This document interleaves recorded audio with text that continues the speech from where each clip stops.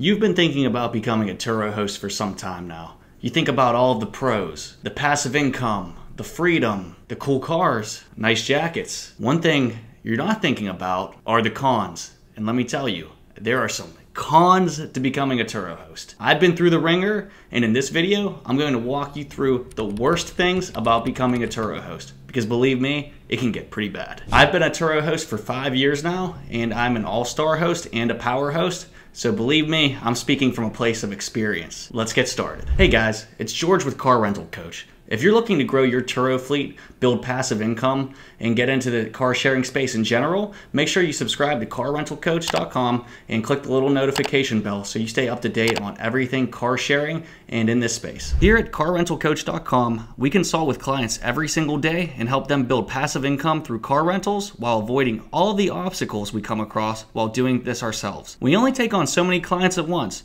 so if you really want to see if you qualify to work with us, go to carrentalcoach.com, fill out our 60-second survey to see if we could be a good fit, and we'll help you grow your car rental fleet and maximize your profits. So today, we're going to go over our 8 worst things about becoming a Turo host. The 8 absolute worst. Let's dive in. Number 1, crazy customers. So when I say crazy, I'm not referring to Shutter Island or the horror films. I'm talking about people that are just rude and demanding of your time, and you know what, on second thought, a little crazy. So where do I begin with crazy customer stories? Let's see. So most recently, I had a customer that couldn't find the car at our lot. We have detailed instructions where 99% of customers have no problem with the pickup experience, but there's always that 1% that don't read the directions and then blame you for it. They called me screaming, cussing me out, and saying every name in the book. A lot of it was incoherent because that, goes back to the whole being crazy part. Anyways, I was able to get on a FaceTime with this customer and then direct them, and they were extremely apologetic after, but I mean, it comes down to reading directions, and unfortunately, 1% of the population, for some reason, does not like to read the directions and instead scream and cry, and it's unavoidable. It's just part of the business. I'm used to it. Don't think it's really that big of a deal, but it does frustrate some people new into the business, but it's just a part of the game, like any business. So some more crazy customer stories. So I had one guy who flew in from Boston into Pittsburgh. He came in with a zebra neck pillow and a gun that I believe was used to kill buffalo with. I don't know why he had it in Pittsburgh. He had military licensing to carry it.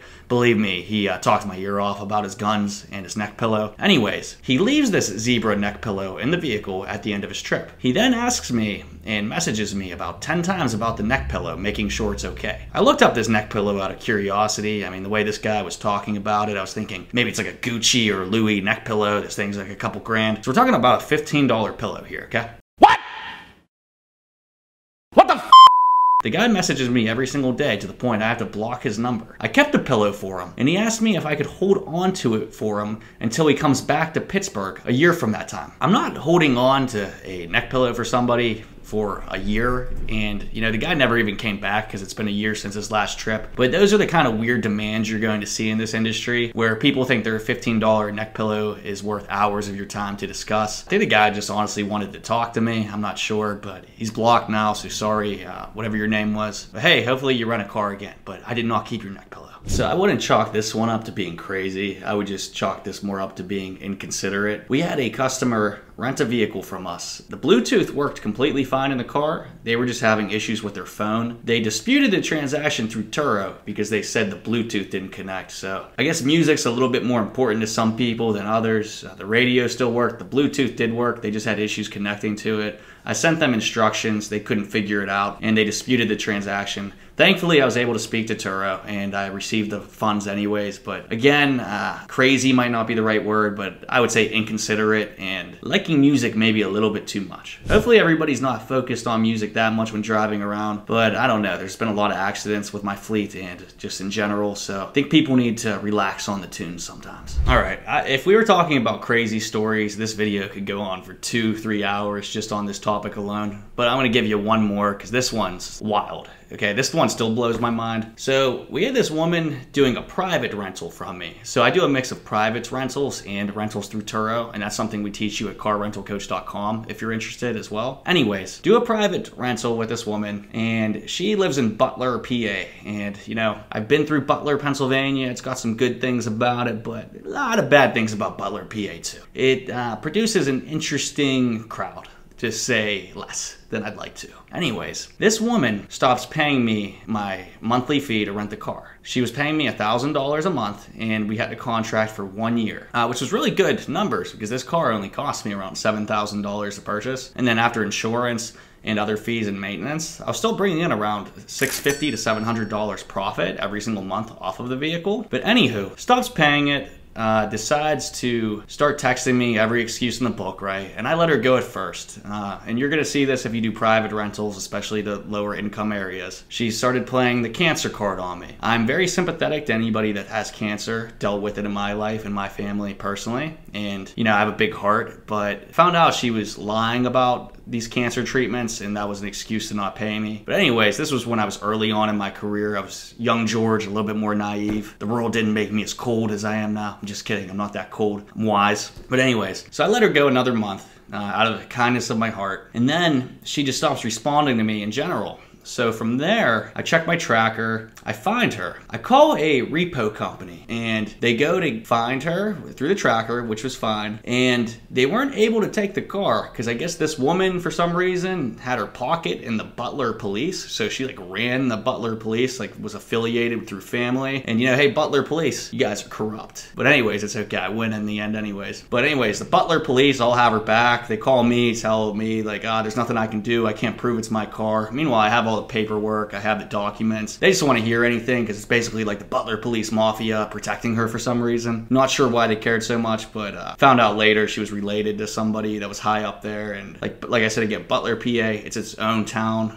Very, very strange. It's not like, they don't seem to adhere to the rest of the laws the nation does. Anyways, that was my first encounter with her. That's when I decided to hire a specialist because I would go myself. I already repoed cars, but I don't like doing it. It's stressful. I don't like having to take the keys off of somebody. Below my pay grade at this point. So send an expert, and she removes the tracker out of the car. So that tells me she's done this many times before because my trackers are hardwired into every vehicle and hard to find. So anyways, now I don't know where my car's at, but I figure it's still in Butler, PA because this lady doesn't seem like she's going anywhere but Butler.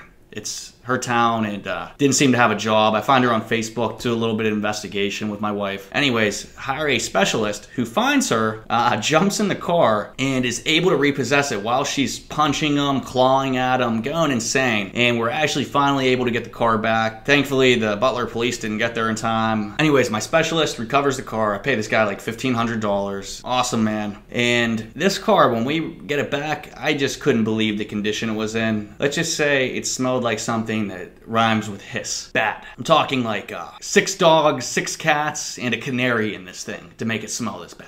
Absolutely disgusting. On top of that, obviously, it's all scratched up and dented, blah, blah, blah. 6 car bombs, 3 professional details later, a little bit of body work, and actually this car is still on the road now today, and even doing the math with it, I still came out profitable. But now when I do private rentals, I am very selective on who I take. So even if that, you know, she was an older woman, seemed really sweet and stuff, do a background check on them. I don't care if she, you know, reminds you of your grandma. Grandma might screw you over. Now on to number 2 worst things about being a Turo host. Vehicle maintenance. Now, this really isn't that bad, but it is still something that is a con to Turo. A lot better than scrubbing piss-soaked seats. But when it comes to maintenance, brakes, rotors, oil changes, new tires, and anything else you can think of, there's always going to be something that's coming up with your car. So especially when you have a fleet of over 25, we're sitting around 50 cars right now, but you're going to want to make sure you have a Google sheet or some sort of system to make sure your cars are constantly being maintained, because it will get overwhelming and cars will slip through the cracks if you aren't keeping good documentation on every single one. And with maintenance,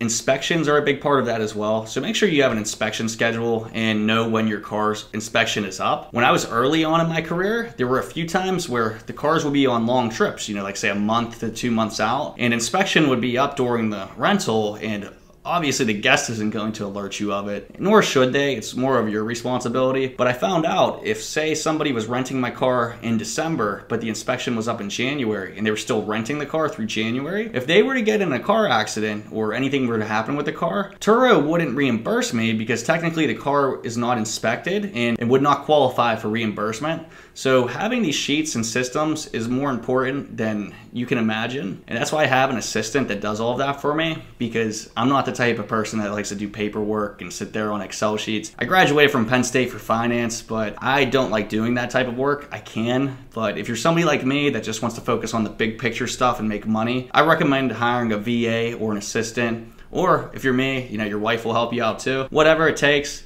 just make sure that everything is documented. You're keeping a clean record of your oil changes, tires, and any other type of maintenance you can think when it comes to a car. And when it comes to tires, that's not something that you really have to keep documentation of, even though I just said that. Just look at them, make sure they have tread on them between trips, because some guests will take your car cross country and there's not really a way to predict that. But oil changes, very simple. You have the sticker that tells you when it's up, and that will tell you either a day or mileage. I go off of mileage because the dates with it don't really matter, since we're renting the cars and it's not like normal wear and tear that you would have if you were just, say, driving a vehicle. So keep clean records. It will make your life way easier, and then maintenance won't seem like such a con. All right, number 3, customer support. Whew. Sometimes the obvious isn't so obvious with our customers. I love my customers. Without them, I wouldn't make money, and without me, they wouldn't have cars to drive around. So it's a win-win, but man, some of the questions I see still blow my mind. So I've got questions from everything from how do I start a vehicle to how do I turn on the air conditioning, how do I use the radio, and I don't rent foreign cars.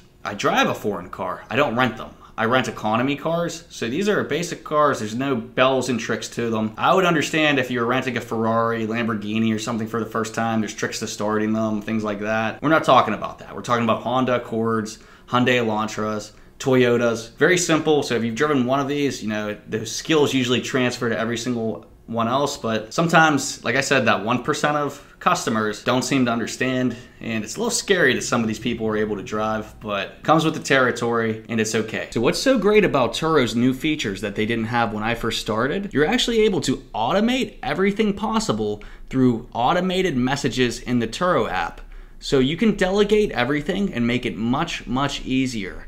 You can delegate everything from pickup instructions being sent out after a certain amount of minutes go by, to even asking the customer for a review a certain amount of minutes after their trip ends. Automated messages have changed the game with customer communication and have made it so you're not constantly on the phone talking to them. So when I first started the business, I would be on vacation, on phone calls constantly, talking to Turo, customers, everyone. Then Turo finally came out with automated messaging, and that made my life so much easier. I also have an employee that handles all of the messaging, but between the automated messages and having an employee, I never have to speak to a customer again, which I really enjoy. It wasn't my favorite part of it, not the worst part of it, and I think it's a necessary part when you're first starting, so you really understand the process. But as you grow, you're not going to have time to speak with customers or Turo support or get back to them about questions on how to, say, change the radio station from rock to hip hop. It's not something you want to focus your time on. You want to focus your time on building your systems and scaling so you can actually, go past 6 figures in this business. If you're focused on helping customers change the radio station, it's going to be a hard time getting past 20 cars for you. Number 4, cars getting wrecked. It's never fun to find out you just got the perfect car, you sourced it at an auction, whatever, you got a great deal on it.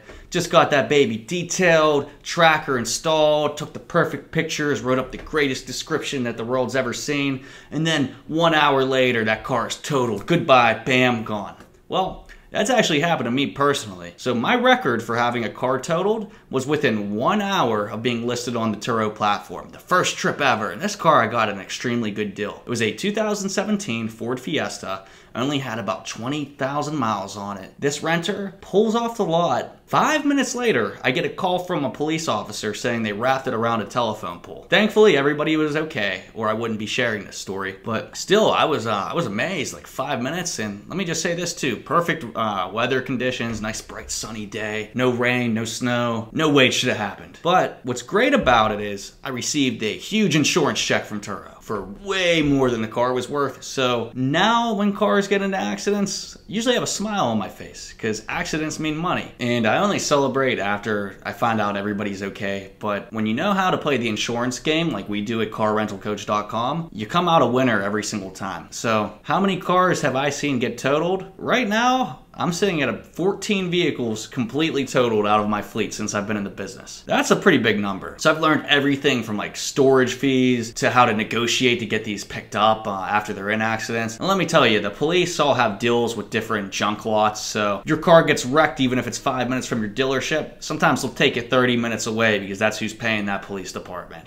That's just how the car industry works. You go in there, sometimes you gotta pay them cash, sometimes you gotta pay them check. It gets a little bit crazy. I've navigated these waters and know how to get my car out to save on storage fees and how to get the most from Turo when it comes to reimbursements. Thankfully, Turo is great with giving you reimbursements, but one thing to make sure you do, don't pay them cash anymore or do anything unless you speak with Turo first, because they've seen a lot of fraud in this industry, like I'm saying, with the police departments, different junkyards, and anything you can think of. So call them before doing anything, because you don't want to, pay some junkyard guy $1,000 cash, call up Turo and they say, well, we can't reimburse you because that didn't follow our procedures. And I don't think Tony from the junkyard is going to give you your money back. I've been through it. He's not. Another thing, make sure you check out our video on Turo Insurance. We put together a complete guide, but big secrets, diminished value claims. You can find more about it in that video. Basically, that can net you an extra like 10% of what your vehicle's worth a lot of the time. And there's different insurance plans. We have a whole video on it, so I don't want to waste your time here. But anyways, insurance is great, and when your car is in an accident, do not panic. Those have been some of my most profitable times while renting and being a host. But like I said, it can be a headache, very intimidating. That's why you can always go to carrentalcoach.com and we'll handle it for you and walk you through every step of the way, because insurance can get pretty crazy. As crazy as some of those customers I was talking about. Well, maybe not the one that pissed in the car, but you know what I'm saying. All right, number 5, bad weather. So this may not be applicable to you if you're in a nicer place to live, like Florida. Well, I guess you still get some crazy weather there. But here, we're in Pittsburgh. We're in the Burgh. It is cold, it's icy, it's raining, there's clouds, the air quality is terrible. I still love Pittsburgh with all of those cons because Pittsburgh has a lot of pros too. But why I'm saying this, our cars get a lot of rust. They go through the snow, some harsh weather conditions. And let me tell you what, they're not cleaning your feet when they step in mud, a lot of these people, okay? So you're gonna wanna make sure you got a really good detailer, good detailing kit, good systems in place, because you don't wanna spend time scrubbing the carpets out of mud. You need the right tools when it starts snowing. You can't rent your car when it's covered in ice and snow. So depending on where you're located, the weather plays a major role. I love renting in the spring and summer months more. I don't really care as much now because I don't clean the cars or do any of that. But when I first started and did everything by myself, winter time sucked. I would throw my big mask, my hoodie, get the gloves out, drink my hot cocoa. I'm kidding, I drink coffee and I drink it black. I do like hot chocolate though too. Go out there, spend 2 hours cleaning all the vehicles, shoveling the walks, putting salt down so we don't get some slipping jimmies coming through, suing me. And it's a whole process, can add hours to your day. So whenever it's really snowing, we get big snowstorms, I make sure to throw the employees a little extra money on those days, order the guys a pizza. So if you do build a fleet like me, always be considerate of your employees. Imagine being in their shoes on days like that. And ordering a pizza or throwing them like an extra $100 or something, it goes a long way on days when you have crazy weather. And let me tell you, we get some crazy weather, crazy snow in Pittsburgh. Make sure you take care of your people and they'll take care of you. And on top of bad weather during this season, this causes bad roads. Bad roads equal more accidents. It's not pleasant cleaning cars. The dirtier they are, the inside and out. And more issues with vehicles happen when it's colder. So keep your climate in mind before growing a car rental fleet. And like I said, the accidents aren't always a bad thing. Sometimes they equal dollar signs. It all depends on your perspective and how you look at it. Just like anything in life. I prefer to see the glass half full. All right, number 6, cleaning cars. Wax on, wax off. So one thing I did that I recommend everybody do, if you're lucky to be next to a car wash like I am, I'm only 5 minutes away from one, put your cars on a monthly car wash pass and instruct your guests to run the cars through the wash on their way back. So how these washes work, they usually just read the license plate, and the guest or you, whoever's cleaning the vehicle, are free to use them as many times as they want a month. I pay $15 a month per vehicle for a Mr. Magic car wash.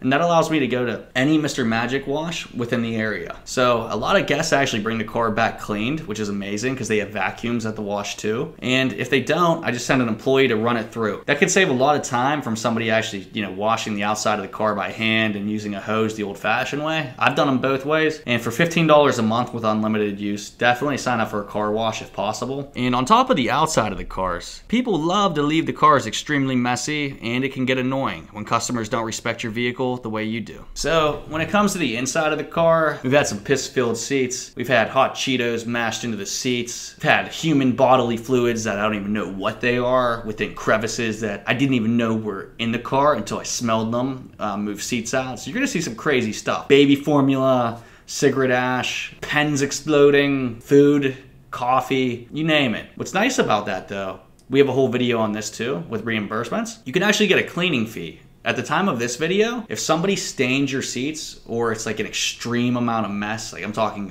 mud caked into the seats or just like actually stain them with a pen, coffee spilled everywhere, Turo will actually give you a $150 cleaning fee, which is great because some of the times it only takes around 30 minutes to clean them or have your detailer clean them. So $150 is pretty fair for that, and I don't really mind it as long as I'm getting paid or my people are getting paid. So sometimes a dirty car isn't a bad thing. It can smell like money, but sometimes people take it a little bit too far. I would have rather had my car not smell like piss and saved $150. Well, actually in that case, I didn't get any money because it was a private rental, so there's another benefit to renting through Turo. Number 7, dealing with the popo. I talked about this story before, but I'm gonna give you a long story short. So 3 o'clock in the morning, open up. Police are at my door. I'm in my boxers laying in bed. I didn't even know what was going on. So I wake up, I'm just annoyed by it. I already know it has something to do with the car business.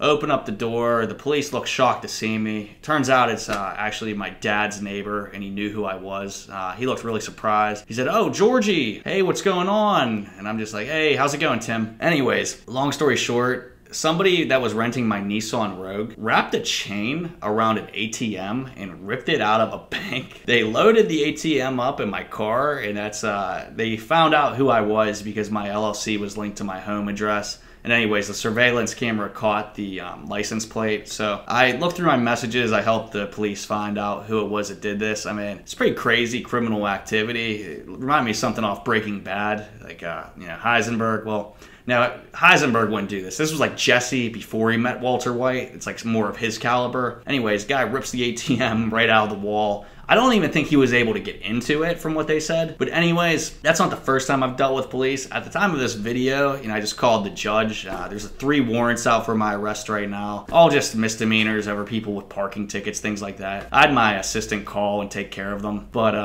anyways, so don't be surprised if you deal with the police, get letters in the mail. At this time, me and the police actually have a pretty friendly rapport. I'm like the friendly local neighborhood Spider-Man.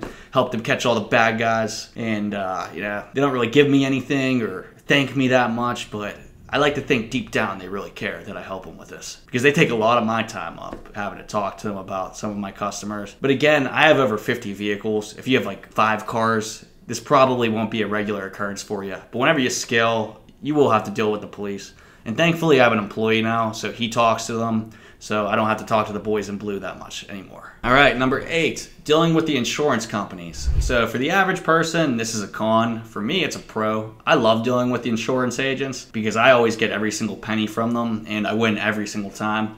Haven't lost an insurance case my entire life. I like to thank my dad for that. He was in the insurance business himself and now owns a large roofing company in the Pittsburgh area, but he's taught me every trick of the trade since I was about 12 years old. So I don't lose to these guys. I don't want to say I don't like insurance agents, but I don't love them. They will tell you anything to not pay you. They will not answer your messages. They'll delay it. They'll twist words. But I know all the games they play, and I know how to play them better. So I make sure to get every single penny collected, even when they try to give me every reason not to get the money. It's honestly fun. So these insurance agents always make it a long process, and it's hard to hear back from the agents. Not instantaneous, and they require a lot of information, but once you're finished, the nice part is you get a big check. And I love big checks. Cha-ching! So if these items don't scare you, which honestly they shouldn't, any business owner knows that there's always some cons in business, but I understand if this business isn't for you. I highly recommend you get into the Turo business. or car sharing business in general. Don't let the private rental thing scare you too much. I've had some very successful private rentals, and some of those have been my highest grossing cars since I started. I just wanted to give you the craziest experience I ever had, to be frank. And for guidance about how to go about navigating issues, we're always here to help. At Car Rental Coach, we specialize in dealing with insurance claims, setting up the right systems, scaling your company, and we even source Turo-ready vehicles to all 50 states to help you get the best price and make a better profit. And make sure you go to carrentalcoach.com, fill out the 60-second survey to see if you qualify to work with us. And make sure to subscribe to our future content and give us a thumbs up. It really helps. And if you're interested in learning our masterclass on how to buy cars at the best price every time, watch this video right here. George from Car Rental Coach, I'm out.